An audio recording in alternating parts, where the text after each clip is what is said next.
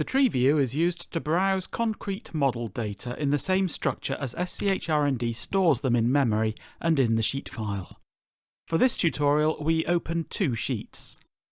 The tree view dialog can be opened from the window menu or by using the hotkey WT. The tree view shows all open sheets in their own named subtrees. The tree view operates on the concrete model.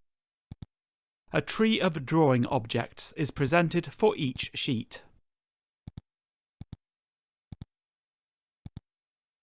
Let's pick a terminal from the tree randomly.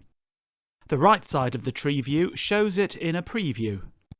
It can also be selected or unselected from the tree dialog.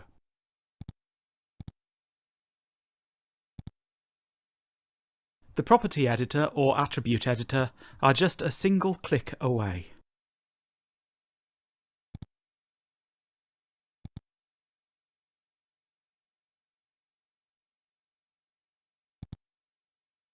The object can be deleted with a single click.